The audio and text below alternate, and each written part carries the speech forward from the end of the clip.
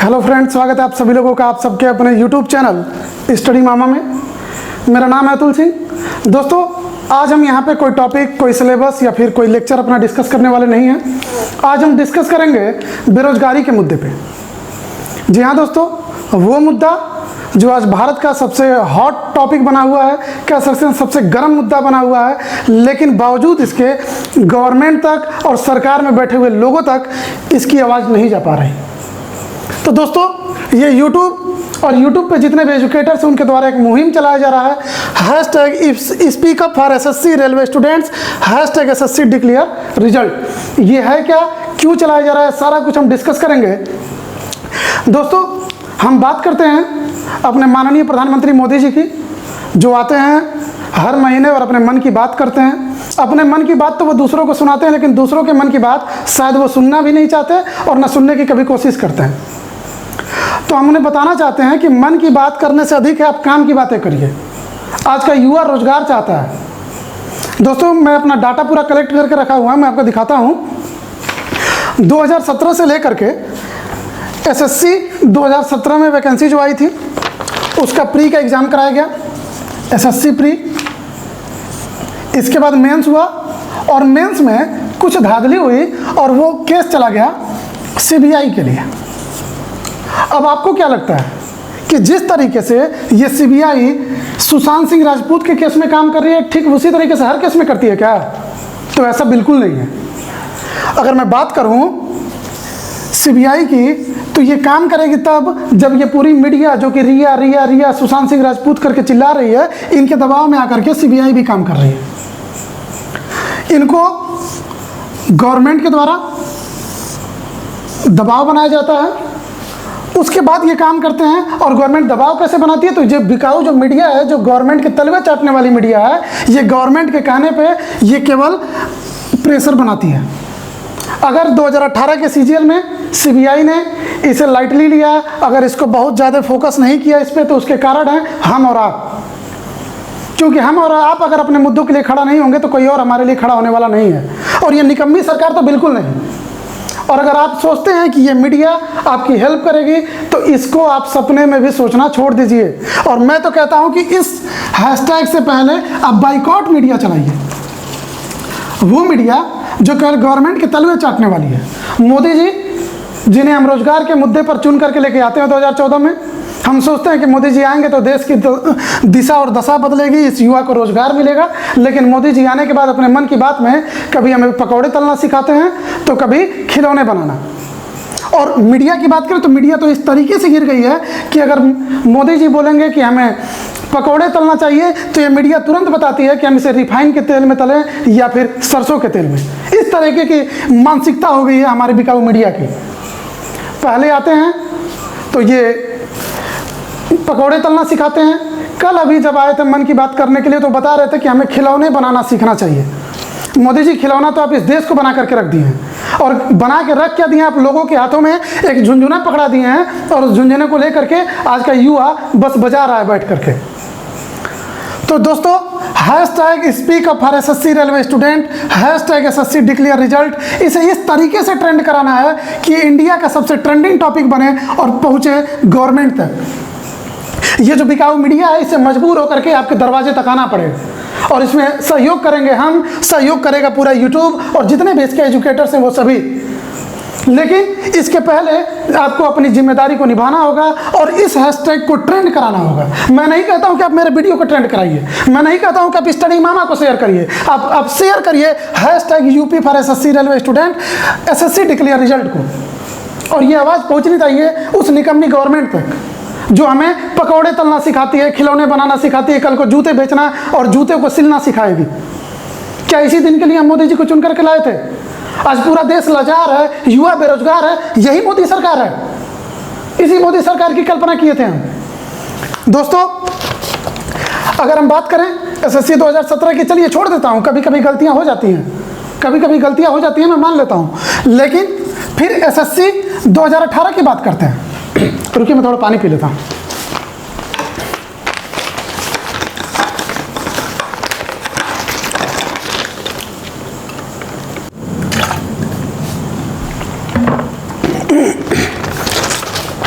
फिर आते हैं दोस्तों हम अपने 2018 पे, एसएससी 2018। तो दोस्तों इसका नोटिफिकेशन आया था 4 मई 2018 को। फॉर्म अप्लाई होने शुरू हो गए 5 मई 2018 से। फिर अगर हम बात करें एग्ज़ाम की, तो जो इसका एग्ज़ाम हुआ वो हुआ 4 जून 2019 को। जी हाँ दोस्तों, 4 जून 2019, सोच सकते हैं पूरे 1 साल बाद। अब ये बताइए, जो युवा, जो बेरोजगार, जो एक स्टूडेंट है जो अपने घर से, पता नहीं सबकी इकोनॉमिक कंडीशन एक जैसी तो होती नहीं है। एक गरीब परिवार का बच्चा है जो किसी तरीके से जा करके अपना जीवन यापन कर रहा है, वहाँ रह करके किसी तरीके से पैसा इकट्ठा करके वहाँ पढ़ाई कर रहा है, वो 1-1 साल इंतज़ार करता है अपने एक एग्ज़ाम के लिए। तो एग्ज़ाम तो होता है जा करके 4 जून 2019 को प्री का, फिर मेंस कराया जाता है 11 सितंबर को। उसके बाद जो डिस्क्रिप्टिव होता है वो होता है 29 दिसंबर 2019 को। और दोस्तों आज है 31 अगस्त 2020 और अभी तक रिजल्ट का कोई अता पता नहीं है। और ये मोदी जी बहाना बनाते हैं क्या, ये जो इनका आयोग है क्या बहाना बनाता है, कोविड-19। मुझे एक बात बताइए, दिसंबर 2019 से लेकर के और मार्च तक का जो टाइम था, इन्होंने पहला लॉकडाउन लगाया था 22 मार्च को, यानी कि दिसंबर से मार्च 3 महीने का जो टाइम था, क्या उसमें वो डिस्क्रिप्टिव का रिजल्ट नहीं दे सकते थे? ये तो कोविड-19 है। 2018 में क्या हुआ था, 2017 में क्या हुआ था? तो मैं इनकी नाकामियों को अगर गिनाऊं तो एक लंबी फहरिस्त है। ये तो हो गया 2018 का मुद्दा। आइए मैं आपको 2019 के बारे में बताता हूँ। 2019 में एक बड़ा ही, मतलब कह सकते हैं बम्पर वैकेंसी लाई गई गवर्नमेंट के द्वारा, जो शायद उनको चुनाव जीतने का एक बहुत बड़ा मुद्दा बना। 2019 में दोस्तों रेलवे के द्वारा, रेलवे एनटीपीसी ने लगभग 90,000 वैकेंसी लाई।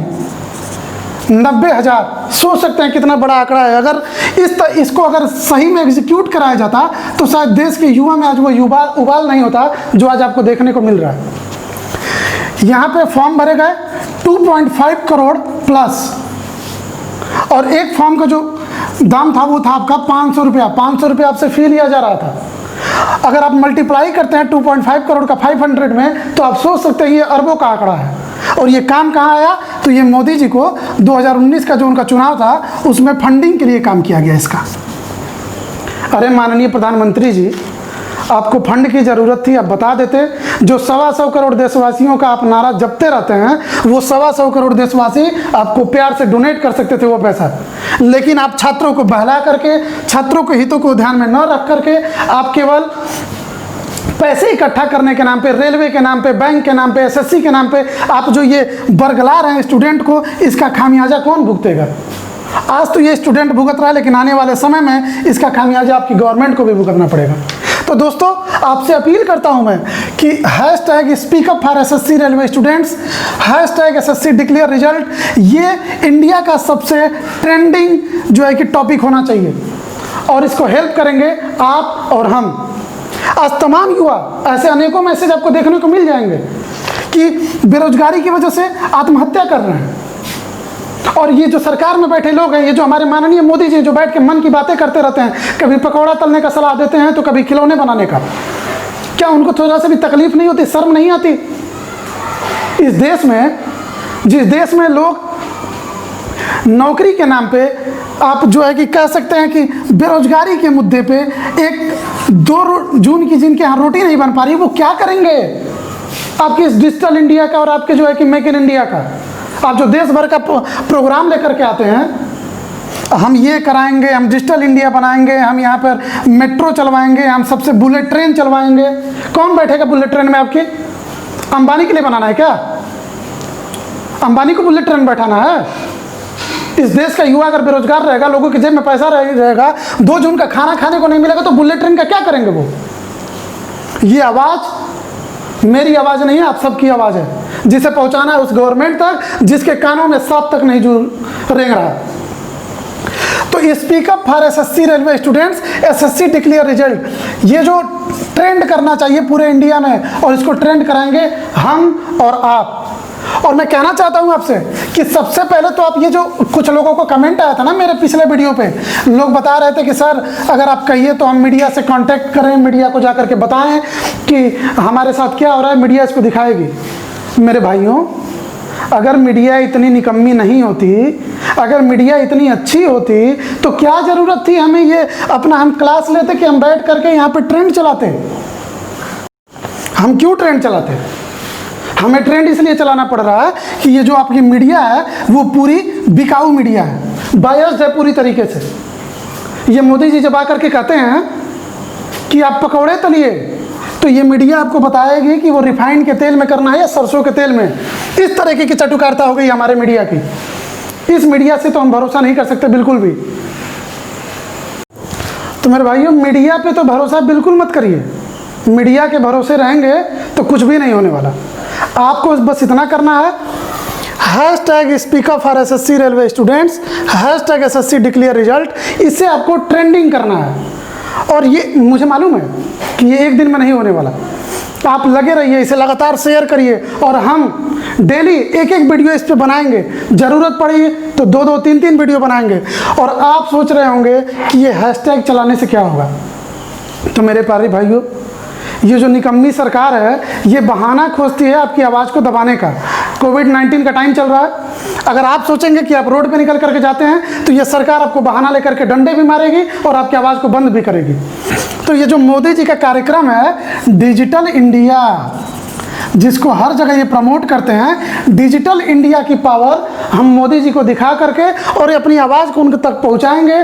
और तब ये जो बिकाऊ मीडिया है और ये जो गवर्नमेंट है उसे हमारे सामने आना ही पड़ेगा। तो दोस्तों, बहुत सहेलियाँ हैं आप लोग इस अत्याचार को, इस निकम्मी सरकार को। और ये जो युवा जो बेरोजगार बैठा हुआ है, अब बेरोजगार ना रहे। बेरोजगार से, बेकार होने से बढ़िया है कि अपनी आवाज़ों को बुलंद करिए और पहुंचाइए speak up for SSC railway students, SSC declare result को उस गवर्नमेंट तक, ताकि उसको झुकना पड़े आपके सामने और आपको देनी पड़े नौकरियां जल्दी से जल्दी। ये जो इनका जो पूरा जो ये तरीका है ना कि हमारे 2019 में एग्जाम चुनाव होने वाला था तो उसके पहले वो 90,000 वैकेंसी लेकर के चले आए। अभी बिहार में चुनाव होने वाला तो बिहार में दरोगा की वैकेंसी लेकर के चले आए। भगवान जाने वो वैकेंसी होगी कि नहीं होगी। अब सुनने में आ रहा है कि यूपीएसआई की वैकेंसी आ रही है 10,000। एक बात बताइए, 69,000 टीचर की वैकेंसी का क्या हुआ आपको मालूम है? लेखपाल की वैकेंसी का क्या हुआ आपको मालूम है? यूपी SSSC जूनियर असिस्टेंट की वैकेंसी का क्या हाल है आपको मालूम है? अभी तक किसी भी भर्ती को इन्होंने क्लियर नहीं कराया है और फिर ये 10,000 वैकेंसी लेकर के आने वाले हैं। क्यों भाइयों? क्योंकि 2022 में चुनाव होने वाला है और ये इनका जुमला है। फिर वैकेंसी लेकर के आएंगे, आपसे फॉर्म भरवाएंगे, फिर चुनाव होगा, उनको पैसे मिलेंगे, उनकी फंडिंग होगी, वो चुनाव लड़ेंगे, खूब मीडिया में प्रचार करेंगे अपना और चुनाव जीतेंगे और फिर यूपीएसआई ठंडे बस्ते में चला जाएगा। तो क्या बार बार एक ही गलती को झेलना है हमें? क्या आप चाहते हैं कि आपकी ज़िंदगी के साथ इसी तरीके से खिलवाड़ होता रहे? मुझे लगता है कि कोई नहीं चाहता ये चीज़। और आज आप बेरोजगार हैं, कल को अपनी आवाज़ को बुलंद नहीं करेंगे तो आप बेकार हो जाएंगे। तो बेरोजगार से, बेकार होने से बढ़िया है कि आप अपनी आवाज़ को बुलंद करिए और रोज़गार लाइए, अपनी ज़िंदगी में रोज़गार लाइए। और ये आपका हक है और हक शायद मांगने से नहीं, अब जो है कि छीनने से मिलेगा। और छीनने का मतलब ये नहीं कि आप डंडा, तलवार और बंदूक लेकर के रोड पर निकल जाइए। आप अपने आवाज़ को बुलंद करिए, लोकतांत्रिक तरीके से अपने आवाज़ को पहुंचाइए, हैशटैग के माध्यम से ट्रेंडिंग कराइए इसे। और जितने भी छोटे बड़े यूट्यूबर्स हैं सब लगे हुए हैं इस हैशटैग को ट्रेंड कराने में और आपका सहयोग चाहिए इसमें। स्टडी मामा को ट्रेंड कराने को मैं नहीं कर रहा, स्टडी मामा को शेयर करने को मैं नहीं कर रहा। शेयर करिए बस इस हैशटैग को आप, फिर मैं आऊँगा इसी जगह पे, हम मिलेंगे आपसे कुछ और मुद्दों के साथ, कुछ और नाकामियों के साथ इस गवर्नमेंट की। तब तक के लिए वीडियो देखने के लिए धन्यवाद। जय हिंद।